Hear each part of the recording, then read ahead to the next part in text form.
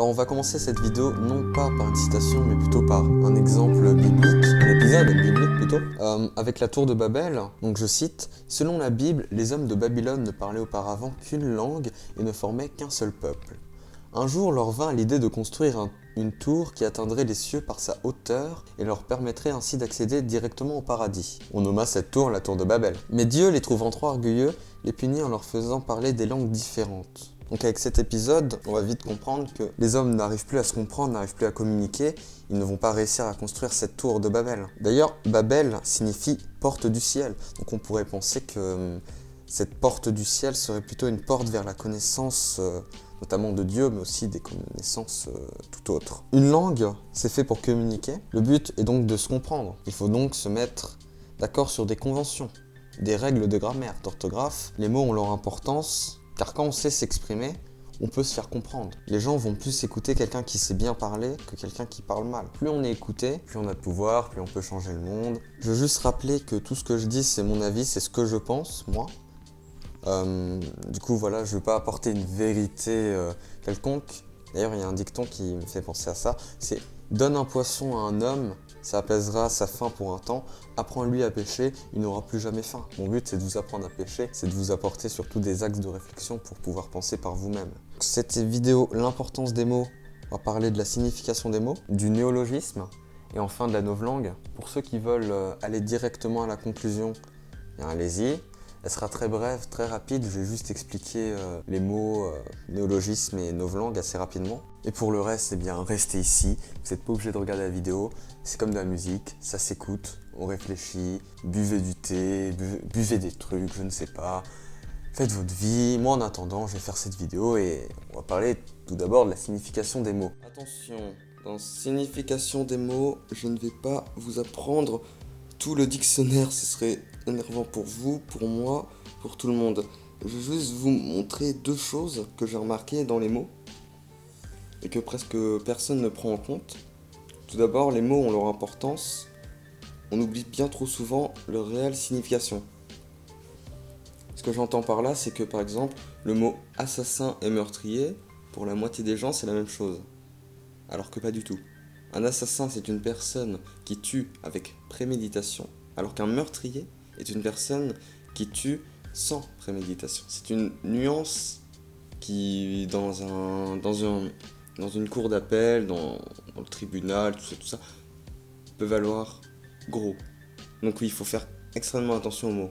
Ensuite, on a un cas un peu plus, politique, avec antisémitisme et antisionisme. Un antisémite, c'est une personne qui est raciste envers les juifs, alors qu'un antisioniste, c'est une personne qui n'est pas d'accord pour que les juifs aient un État en Palestine. Donc souvent on fait l'amalgame de penser que les antisionistes sont antisémites, alors que pas du tout. Enfin, certains le sont peut-être, mais pas tout le temps. C'est une nuance à noter. Ensuite, il y a une autre nuance à noter, ça fait beaucoup de nuances à noter, mais ne vous inquiétez pas, c'est juste le début de la vidéo. C'est que les mots, souvent on utilise un mot pour beaucoup de sentiments. Par exemple, la tristesse, il y a un seul mot pour expliquer toute la tristesse qu'on peut avoir. Vous ne serez pas triste de la même façon que si quelqu'un vous quitte, ou si quelqu'un vous quitte réellement, quitte dans le sens mourir. C'était un jeu de mots, j'espère que vous avez rigolé. Et Victor Hugo disait d'ailleurs, les mots manquent aux émotions. Bergson, lui, disait « Seuls les poètes et écrivains savent retranscrire à la perfection les vrais sentiments des gens, par des métaphores et des figures de style. » Il explique en gros, les mots ont des lacunes, mais les poètes et les écrivains arrivent à les combler grâce à des métaphores et des figures de style. On a un exemple, j'ai un exemple assez clair, je pense, la chevelure de Baudelaire. Il raconte ses ébats sexuels avec une jeune femme, et en même temps, il montre comment il s'éblouit de sa crinière, si vous voyez ce que je veux dire. Donc oui, les mots ont beaucoup de signification, on peut donc jouer sur l'ambiguïté des mots, alors qu'un seul mot veut dire la même chose. Il y a par exemple le mot droit. Retenez bien ce que je vais dire par rapport au mot droit, parce que je vais le réutiliser un peu plus tard dans la vidéo. Droit, c'est donc l'ensemble des lois dans un état, ou ce qui devrait être. en droit, c'est ce qui devrait être. C'est un repère de philosophie, mais c'est un repère extrêmement important à savoir dans la vie. Donc en droit, ce qui devrait être. Retenez-le, c'est important pour ensuite. Donc voilà, on en revient quand même aux mots, parce que là on était parti un peu trop loin par rapport à la vidéo. C'était un mini spoil, désolé. Donc il y a les non-dits, les signes de main qui font partie du discours oral français. Cependant, la langue française est quand même une langue qui s'écrit, donc les métaphores, figures de style, etc. Et tutti quanti. Je trouve que c'est une force pour les exercices de français, d'écriture, de poésie. Ça permet d'écrire parce que écrire c'est vraiment bien. Un enfant, si on lui dit qu'écrire, enfin, si on lui montre qu'il est fort en écriture, il se prendra pour une bonne personne, son ego va monter. Attention, pas le mauvais ego qui donne l'égoïsme, on pense qu'à soi, non. L'ego qui donnera de l'estime de soi. Si votre enfant qui fait un dessin ou qu'il écrit mal, vous lui dites que c'est nul, toute sa vie il pensera qu'il est nul. Bon, peut-être pas vraiment. Voilà, essayez de mettre en valeur ce que font les gens, parce qu'au fond, ça les aidera peut-être à devenir des génies, qui sait. En tout cas, vous ne le savez pas, qui sait ce que le futur est fait. Bref, on part un peu loin et je parle d'autres vidéos que je vais faire plus tard, mais là on reste quand même sur les mots. Vous voyez que rien qu'avec les mots, on peut partir sur d'autres choses. Les mots, parce que c'est grâce aux mots qu'on pense.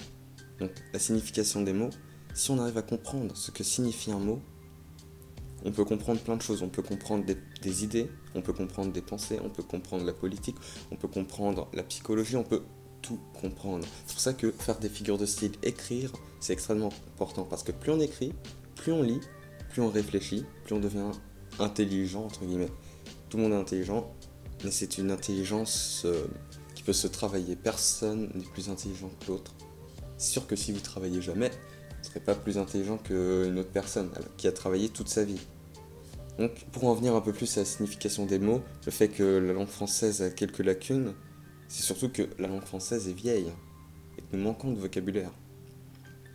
En bref, la langue française a ses limites que le citoyen ignore. Maintenant, vous le savez. Donc, pour moi, il y a deux solutions. La première, c'est de comprendre la novlangue de la langue française, la novlangue médiatique de la langue française. Donc ça, on va voir en troisième partie. Mais là, tout de suite, on va plutôt voir le néologisme. Donc, pour moi, le néologisme, c'est le fait d'inventer de nouveaux mots. Bon, c'est un peu plus complexe, je pense, vous irez voir les définitions, mais le néologisme, c'est vraiment inventer de nouveaux mots. Alors avant d'aller au gros sujet qui est le néologisme, je vais quand même rester un tout petit peu dans la signification des mots. Oui, avec le mot dans leur siècle. Je vais utiliser un exemple du film Cloud Atlas. Donc Cloud Atlas, c'est un très bon film qu'une amie m'a conseillé, que je n'avais pas vu avant. Oui, excusez-moi, je regarde pas beaucoup de films. Mais je l'ai regardé justement, les 3 heures sont passées en une demi-heure pour moi. C'est un film, si vous ne l'avez pas vu, allez le voir. C'est un film qui vraiment fait beaucoup réfléchir sur le temps, sur nos sociétés. C'est vraiment très intéressant. Et du coup, j'ai cité Cloud Atlas, qui pour ceux qui ne connaissent pas, c'est donc un film qui se passe avec 6 histoires différentes qui ont des relations entre elles, qui se passent sur 5 siècles de différence. Enfin, sur 5 siècles différents. Et donc il y a un siècle qui est un espèce de passé, mais en même temps futur. Enfin, c'est assez bizarre, mais on pourrait penser qu'il se passe donc dans le passé. Et ils ont un langage assez vraiment différent du nôtre. Par exemple, j'avais noté qu'ils parlaient en disant 2 fois ma vie, je te dois, ou encore pas exact comme. Donc aujourd'hui, quelqu'un qui parle comme ça, on dirait juste que c'est un sauvage, alors que non. On pourrait se dire que dans le passé, c'est comme ça qu'on parlait. Donc c'est juste pour dire que les mots avancent avec leur temps. C'est entre le néologisme et la signification des mots pour moi. Il y a aussi, du coup là on se rapproche un peu plus du néologisme, parce que dans le futur il y avait des mots qui avaient soit complètement changé de signification. Par exemple le savon, qui est une nourriture pour les facteurs. Du coup, il y avait aussi des mots qui étaient inventés, donc les facteurs. Les facteurs, ce sont des espèces d'esclaves humains, qui sont pas totalement des humains, du coup. Et les sangs purs, qui, pour moi, tu me dis sang pur, je pense Harry Potter. Ah, quoi ? Ouais, je vais couper cette blague au montage. Donc, oui. Le néologisme. Voilà. On est tous écrivains, on peut tous inventer des mots, que ce soit pour rire ou pour être sérieux. Donc ça, c'est C'est ma philosophie de vie par rapport aux mots. C'est on peut tous inventer des mots. Par exemple, j'avais eu un délire avec un pote, c'était... il disait souvent c'est en forgeant qu'on devient forgeron. Et un jour je lui avais sorti c'est en forçant qu'on devient forceron. Forceron n'est pas un mot qui existe, c'est donc une forme de néologisme. Donc cette fois c'était plus pour rire que pour être sérieux. Il y a des formes de néologisme vraiment sérieuses qui... Enfin, j'ai inventé un mot qui pour moi... Enfin, je viendrai plus tard avec du racisme. Enfin, j'en parlerai plus tard. Bref, inventer des mots. Vraiment inventer des mots, même si pour vous c'est débile, on est tous écrivains, on peut tous écrire. Tant que tu as appris à lire, tant que tu as appris à écrire, tu peux lire, tu peux inventer des mots. Bien sûr, il faut que ça colle un peu avec la langue française. Tu peux faire du franglais, tu peux faire du franc-allemand. Oui, désolé pour l'accent vraiment nul. Du coup, j'en viens justement à vous dire que ce n'est pas la société qui choisit les mots. Vous pouvez vous créer vos propres mots tant qu'ils ont du sens. Les Anglais et les Allemands, c'est ce qu'ils font. On m'avait appris que l'allemand, c'était une langue, entre guillemets, de Lego. En gros, tu prenais un mot, un autre mot, tu le collais ensemble, ça faisait un mot. Les Allemands se comprenaient comme ça. Et bien en France, bien sûr, c'est pas dans la nature française de faire ça, mais on pourrait essayer de le faire. Et aussi, du coup, j'en reviens au fait que la langue française est vieille et qu'on manque de vocabulaire par rapport aux sentiments. En anglais, il y a plusieurs façons de dire ces sentiments, de dire j'aime, je n'aime pas. Excusez l'accent vraiment nul en anglais, il y a I like and I love. Ce sont donc deux nuances avec deux mots. Il faut donc inventer des mots pour la langue française. On a besoin de rajeunir notre bonne vieille langue française. D'ailleurs, comme disait Georges Luis Borges, qui est un écrivain argentin et donc aussi un poète, et c'est vrai, chaque mot fait un néologisme un jour. Ça coule de source en fait. On en revient à ce que je disais par rapport à l'école. Après l'école, faut écrire, faut avoir confiance en soi, lire beaucoup, tout ça. Du coup, il y a aussi une forme de néologisme qu'on va appeler langage wesh, qui s'installe un peu dans la langue française. Donc, personnellement, je trouve que c'est bien, mais c'est pas quelque chose qu'on devrait installer dans nos écrits. Par exemple, si un jour je vois quelque chose de classé littérature française, et que je vois qu'il y a des mots comme ça, genre wesh les amis. Non, clairement ça va pas le faire. Donc oui, c'est une forme de néologisme franco-arabe, c'est bien, de franglais, c'est bien, je trouve ça bien, mais ça s'éloigne un peu du français pur et dur. Du coup, certains radicalistes pourraient l'utiliser pour dire, vous voyez, ces immigrés qui transforment notre belle langue, votez FN, voilà. À cela, on pourrait répondre que le français peut se mélanger car on a une culture diverse et variée. Voilà. Vous lui répondez ça, il va réfléchir pendant 10 secondes en se disant qu'est-ce qu'il raconte? Arrête. S'il ne sait pas à quoi vous répondre, c'est soit un imbécile, soit il recrache juste ce qu'on lui a appris, tous ces préjugés. Car oui, le français, c'est culturel. Alors là, il y a un tracteur qui passe devant chez moi. Ça aussi, je vais peut-être le couper couper au montage, oui. Donc oui. Il continue. Ah, c'est terrible. Le néologisme, c'est très important. Il faut avoir confiance en soi, savoir écrire, savoir inventer des mots. Parce que si vous persuadez que vous ne pouvez rien faire, que vous ne pouvez pas créer, vous serez idiot. Ça, par contre, c'est une forme d'idiotie que, je vais le dire clairement, pour moi, c'est quelqu'un qui pense, qui ne peut rien créer. C'est quelqu'un d'idiot pour moi. Je respecte le choix. On a tendance à plus écouter quelqu'un qui s'exprime bien que quelqu'un qui s'exprime mal. En gros, si vous utilisez les bons mots, eh bien, ça s'éloigne un peu du néologisme. Mais savoir utiliser les bons mots, c'est vraiment la perfection. Alors juste, avant de commencer, je vais parler un moment de l'ethnisme. L'ethnisme, c'est quelque chose qui a déjà été inventé. Je ne le savais pas parce qu'en fait, je fais cette vidéo au feeling, en inventant un peu ce que je vais dire. Donc, ce que je vais dire par rapport à l'ethnisme, c'est ce que j'avais cru pouvoir inventer comme mot, mais non, en fait, ça a déjà été pris. Et en fait, ce que je vais dire par rapport à l'ethnisme, ce que j'en pense, ça a déjà été inventé. Et ce que je dis, c'est le contraire exact de ce que c'est à la base. Donc je trouve ça assez drôle, mais c'est pas fait exprès. Du coup, allez, salut, bonne vidéo. Même. Juste avant d'aller directement à la novlangue, je vais vous parler du néologisme, d'une autre forme de néologisme. C'est en gros remplacer un mot qui existe déjà par un mot qui serait plus adapté. Donc on va parler du racisme. Pour moi, le racisme n'existe plus. Si on se base sur sa vraie définition, qui est de croire en une race.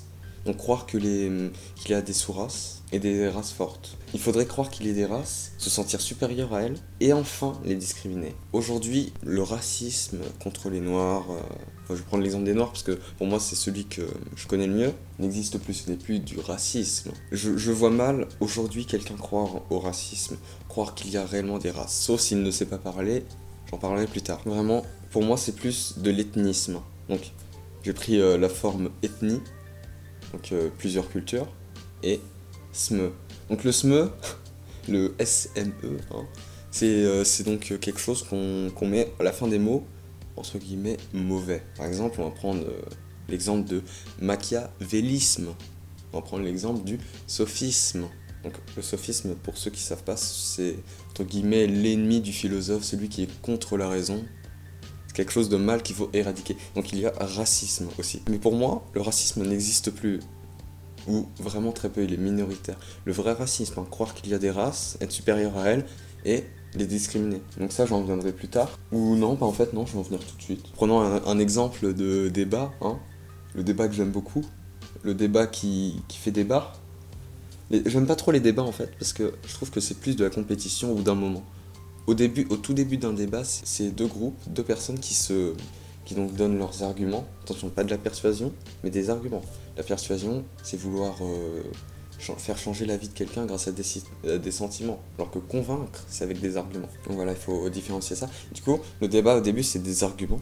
Quand les deux parties ont donné leurs arguments, il y a un moment où on est un peu à court d'arguments, vous voyez. Et du coup, ça va plus être de la compétition de celui qui a raison que celui qui veut se mettre d'accord. Donc oui, les débats, c'est vraiment quelque chose que j'aime très peu. Et on va quand même lancer un petit débat du racisme anti-blanc. Je vais donc donner ce que je pense.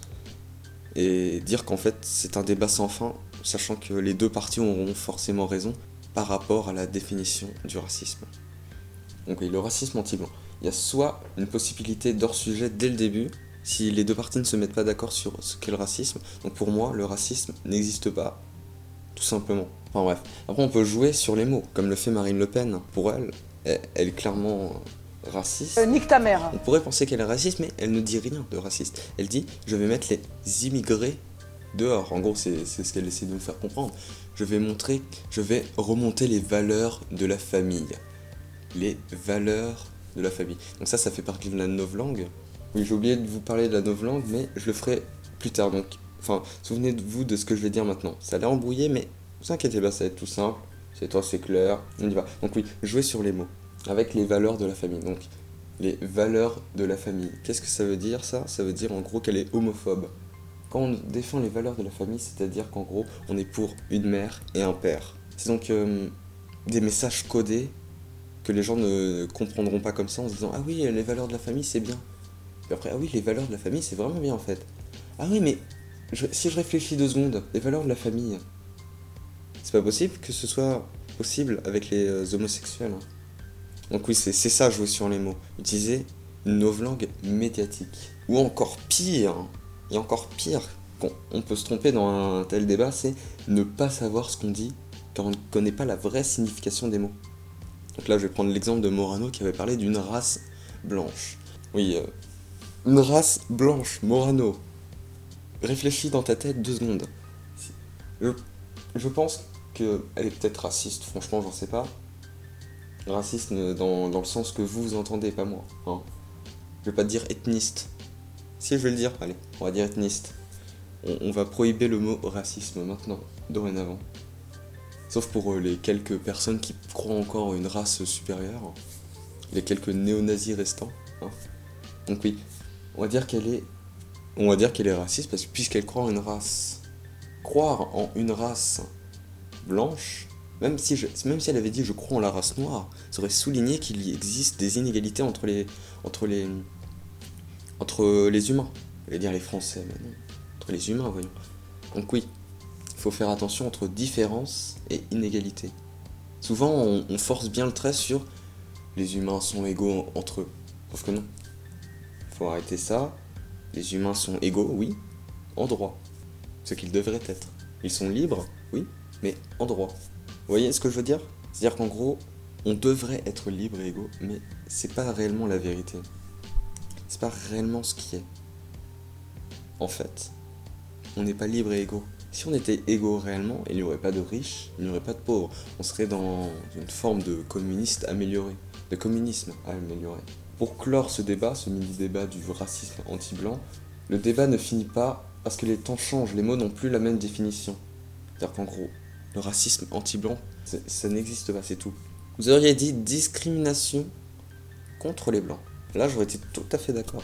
Et pour moi, un racisme, croire qu'il y a une race blanche inférieure, pour moi, c'est à cause de notre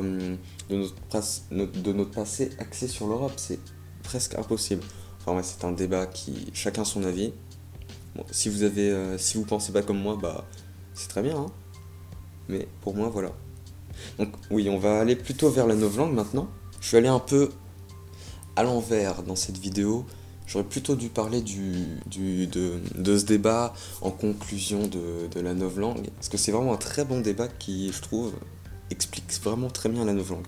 Alors ouais, on va parler maintenant de la novlangue. Du néologisme créé par l'État pour l'État. La novlangue, c'est donc c'est un dictionnaire qui, en gros, la novlangue est donc un dictionnaire de 250 mots dans le livre 1984 de George Orwell qui a pour but de supprimer toutes les nuances d'une langue pour empêcher l'expression de pensée critique. En gros, dans le livre de George Orwell, si tu n'es pas d'accord avec l'État, tu es contre l'État. Qu'est-ce qui se passe contre les gens qui sont contre l'État? Contre cet État totalitaire de 1984 de George Orwell? Eh bien, vous allez quelque part qu'on ne connaît pas, je pense que c'est la mort, je ne suis pas sûr. Il n'y a plus de nuances à cause de ce dictionnaire novlangue. Donc c'est un piège de l'État pour manipuler les pensées des gens, car oui, je le disais avant, c'est grâce aux mots qu'on pense. Par exemple, le mot liberté. Sans le mot liberté, vous n'y penseriez même pas. Pour vous, ce serait quelque chose de vague. Et encore, c'est pour ça qu'il faut inventer des mots, parce qu'il y a des concepts qui se créent en ce moment qu'on ne pense même pas. Juste parce qu'il n'y a pas de mots dessus. On n'est pas capable de les nommer. Et encore, je reprends donc Cloud Atlas, ils vont aller encore plus loin. Beaucoup plus loin. Puisqu'ils vont dire liberté. Le refrain idiot de notre civilisation. Seuls ceux qui en sont privés ont une petite idée de ce que c'est. Il y a clairement une critique du mot. C'est-à-dire qu'en gros, on connaît le mot, on sait ce que c'est. Mais vu qu'on est libre, on ne peut pas réellement comprendre ce qu'est la liberté vu qu'on la vit au jour le jour. Par exemple, quand tu es heureux, tu vas dire « Ah, c'est bien, je suis heureux ». Quand tu es malheureux, là tu envies le bonheur. Alors que quand tu es heureux, tu te dis juste « Ah oui, bah c'est bien, je suis heureux ». Bah, c'est pareil pour la liberté. Quand tu es libre, tu ne te rends pas compte de la chance que tu as d'être libre. Alors que quand tu deviens prisonnier, tu te dis « Putain, j'aurais dû en profiter ». Après ça va pour tout, hein. Ensuite, donc, il y a une citation dans George Orwell, avec 1984, qui est « Ne voyez-vous pas que le véritable but d'une novlangue est de restreindre les limites de la pensée? À la fin, nous nous rendrons littéralement impossible le crime par la pensée, car il n'y aura plus de mots pour l'exprimer. Tous les concepts nécessaires seront exprimés chacun exactement par un seul mot, dont le sens sera rigoureusement délimité. Toutes les significations subsidiaires seront supprimées et oubliées. » C'est-à-dire qu'en gros, le but du dictionnaire novlangue est donc de restreindre les mots, donc de restreindre les pensées, pour que tout le monde rentre dans le moule de l'État, et que tout le monde avance sans vraiment réfléchir contre l'État. Donc il n'y aura plus de crime par la pensée. Oui, dans un État totalitaire, la première chose qu'ils vont faire, c'est brûler vos dictionnaires. L'intelligence est une arme. La pensée est un crime. Vous voyez ce que je veux dire? Cette novlangue, on va se dire, oui, c'est quelque chose de purement fictif, sauf que non. Ce qui est inquiétant, c'est que cette novlangue, ça va aussi dans les médias, avec une novlangue médiatique. Par exemple, on va utiliser le mot assez simple, enfin le mot qu'on entend tous les jours. Immigration. Sauf qu'on n'entend jamais parler de migration. Qu'est-ce que la migration? C'est donc un groupe ou une seule personne qui vont aller de leur pays à un autre. L'immigration, c'est exactement la même chose, sauf que pour la migration, s'ils quittent leur pays, c'est pour des raisons politiques, pour des raisons de guerre, pour fuir un pays en guerre, pour fuir un pays où il y a la dictature, où ils n'ont pas de droits. Alors que l'immigration sont des personnes qui fuient leur pays pour trouver du travail. On est en train de vous C'est justement une novlangue qui vous restreint dans votre pensée. Il y a aussi réfugiés et naufragés. On entend toujours parler des réfugiés politiques, mais les naufragés jamais. Par exemple, l'image de l'enfant qui a fait le tour, enfin, l'image de l'enfant qui était échoué sur une plage, on l'a appelé comme un naufragé ou comme un réfugié? C'était un naufragé, on l'a appelé comme un réfugié. Vous voyez comment on essaye vraiment de vous donner une certaine façon de penser. Attention, je critique pas. Les gens qui se rendent compte de la novlangue médiatique sont des gens dissidents. Donc la dissidence, qu'est-ce que c'est? C'est une personne qui se rend compte de ce qu'est réellement sa société, qui va donc choisir de s'en éloigner. Qui cesse d'adhérer à une idéologie. Par exemple, les gens qui ne votent pas. Il y a certaines personnes qui ne votent pas, ils savent pourquoi ils ne votent pas. Ils sont dissidents. Ils se disent que la politique française ne leur plaît pas. Ils ne vont pas voter pour une autre personne, pour la gauche, puis la droite, puis la gauche, puis la droite, juste pour éviter le FN. Ils vont arrêter de voter. Et si tout le monde arrête de voter, il n'y aura pas d'élus. Et donc, on va essayer de réfléchir ensemble. C'est pas l'État qui va réfléchir pour nous, pour une nouvelle société. Non, c'est ensemble qu'on va pouvoir réfléchir à une nouvelle société en étant dissident. Je vous invite pas du tout à devenir dissident. Moi-même, je ne le suis pas. Mais il faut quand même savoir qu'il y a des personnes qui deviennent dissidentes parce que parce qu'ils se rendent compte de toute la manipulation de la société. La manipulation qui commence par les mots. C'est pour ça que en deuxième vidéo, je voulais absolument parler des mots, parce que les mots, c'est vraiment la base de la réflexion. Sans les mots, on ne réfléchit pas. J'ai l'impression de radoter, mais c'est quand même ce que vous devez retenir. Ensuite, dans le dictionnaire novlangue, il y a 5 types de mots. En premier, les mots trompeurs, qui ont changé de sens et qui signifient souvent le contraire de ce qu'ils exprimaient auparavant. En termes de politique, je ne vois pas du tout ce qu'il peut y avoir en mots trompeurs. Mais je connais le mot ravir. Par exemple, avant, ravir, ça voulait dire kidnapper, voler, chose. Maintenant, ravir, c'est quelque chose qui nous éblouit, qui nous rend heureux, qui nous donne la joie. Voilà. C'est un mot qui a un peu changé. Ensuite, il y a les mots subliminaux, qui sont utilisés pour produire certains effets de répulsion ou d'approbation chez les récepteurs. Ah ça, le FN, il adore. Ah oui, l'essence de la famille, hein, les homosexuels. L'immigration, attention, ils vont venir pour voler vos familles, voler vos boulots, voler votre travail, voler votre famille. Les Arabes, hein. Oui, la petite expression qui dit que les Arabes sont tous des voleurs. D'où ça vient, à votre avis?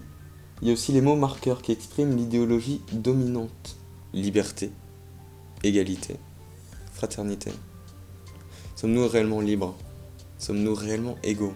Je l'ai un peu répondu avant, mais ceci est une question rhétorique. Je vous laisse réfléchir. Et enfin, les mots tabous que l'idéologie dominante s'efforce de supprimer. Alors, il y a 5-6 ans, c'était un peu l'homosexualité. C'est dire qu'on était homosexuel, on se faisait...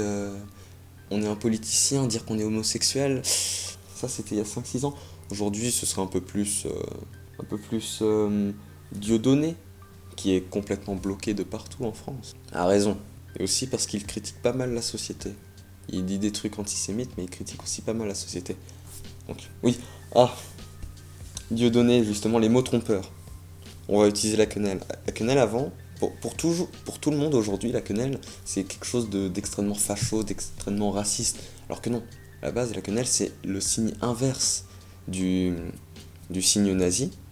Et donc c'est quelque chose qui vise la paix. C'est un geste qu'on fait pour la paix quand on se fait queneller. Si vous voyez ce que je veux dire, quand on se fait enculer. Et enfin, les mots sidérants, qui visent à disqualifier les adversaires du système. Alors je me demande vraiment quel mot la gauche ou la droite utilise pour disqualifier le FN, tout simplement, hein, bien sûr. Donc je parlais de sentiments via les mots, mais surtout, ils nous permettent de penser. Tous nos concepts de pensée viennent de ça. D'ailleurs, Franck Lepage va expliquer lui aussi ce qu'est la novlangue médiatique, le politiquement correct. Donc, je vous laisse une vidéo d'à peu près 4 minutes qui est un petit résumé de ce qu'il va dire, un passage de son spectacle. Vous irez chercher sur YouTube après si vous avez beaucoup de temps, sachant que ces vidéos font à peu près 2 heures, où c'est des rediffusions de son spectacle. Bref, vous irez voir, vous cliquez juste sur le lien dans la description. Et donc ça va être ma conclusion, Franck Lepage. Je vais utiliser Franck Lepage comme conclusion. Pour ceux qui sont arrivés directement à la conclusion, vous allez regarder Franck Lepage. Si ça vous intéresse si ça vous intéresse un peu ce qu'il dit, eh bien revenez voir ma vidéo en entière. Allez, moins de 30 minutes la vidéo, ça va, ça passe. Sinon pour les autres, vous avez tout regardé, c'est bien. Vous vous abonnez si ce n'est pas fait. Vous mettez un pouce bleu vers le soleil pour vous élever vous aussi. Vous partagez la vidéo à des gens que ça pourrait intéresser et on se retrouve pour une prochaine vidéo. Salut!